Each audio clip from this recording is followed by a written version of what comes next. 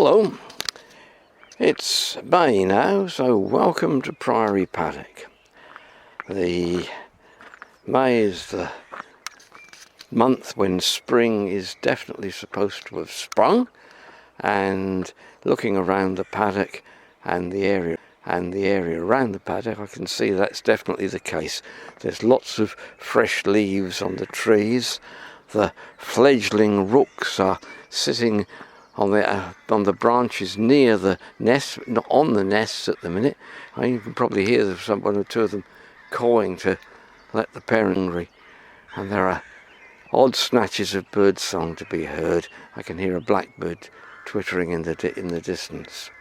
Coming through the gate of the paddock, the first thing you notice, first thing I've noticed is that the gorse is covered in blossom at this time of the year. In front of it, there are some daffodils. Spring has sprung, but some of the earlier spring flowers are still to be seen. Along the border by the wall, there are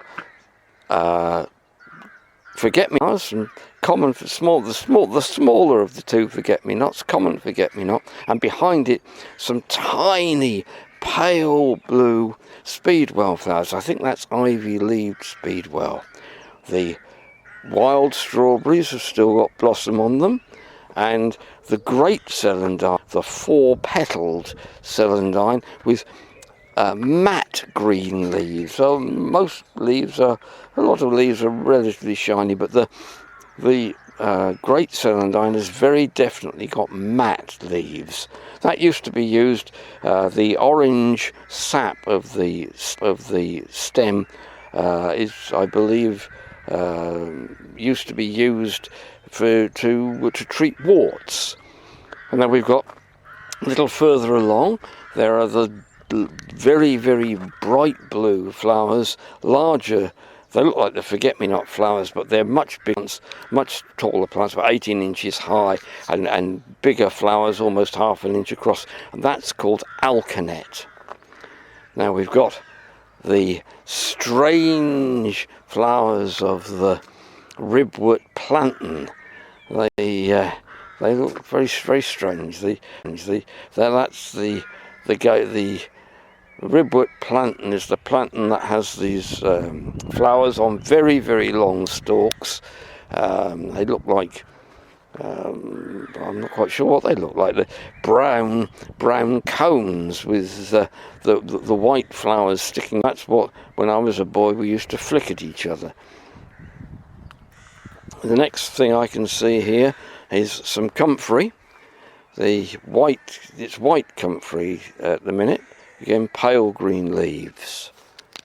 Come a bit further on towards the pond, and you can see that it's still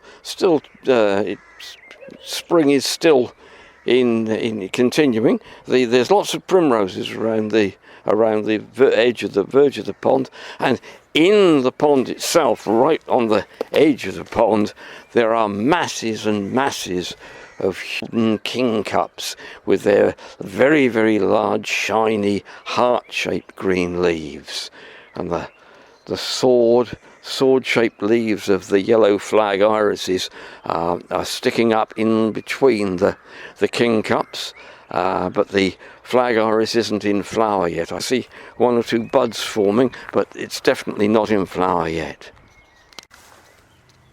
I don't know whether you can hear this. There's a bumblebee buzzing here around the purple flowers of the bush vetch. It's a very interesting looking bumblebee. It's got a sort of ginger waistcoat on. It's burrowing into the moss. Maybe it's trying to create a nest underneath the bush vetch here.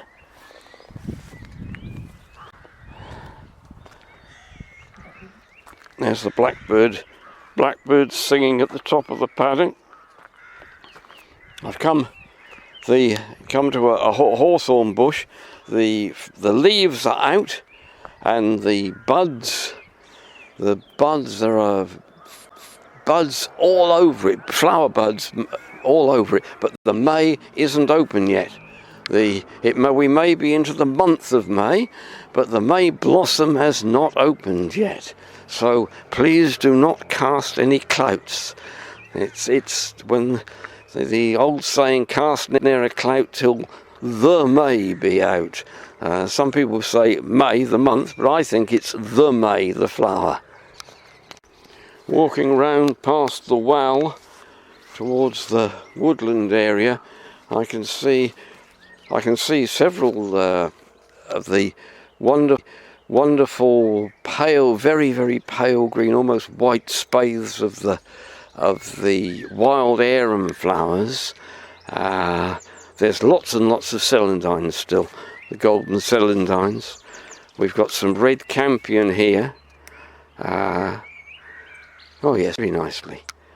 Some red campion, and the blackthorn. I've come to the blackthorn bush. The blackthorn has still got, that's a slow bush. Blackthorn has still got a few flowers on it, but most of the flowers have gone over, and the leaf buds are beginning to open. Blackthorn's called blackthorn because it has these wonderful white sprays of white flowers on twigs that have no leaves on them at all.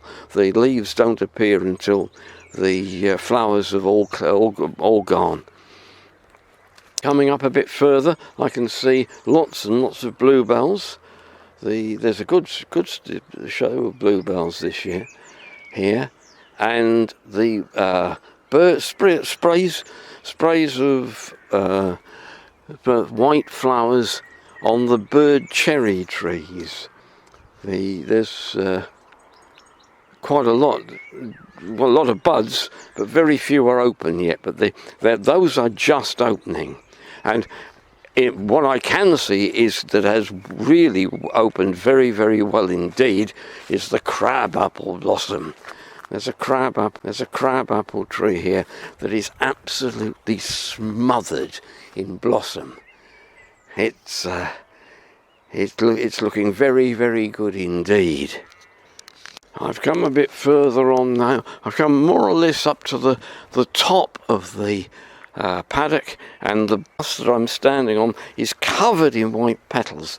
There was a bit of a breeze last night, and the native cherry tree at the top, which was completely smothered in blossom, is now only half smothered in blossom, and the rest are around my feet. Well, that's it. We've reached the top of the paddock, and that concludes our little tour.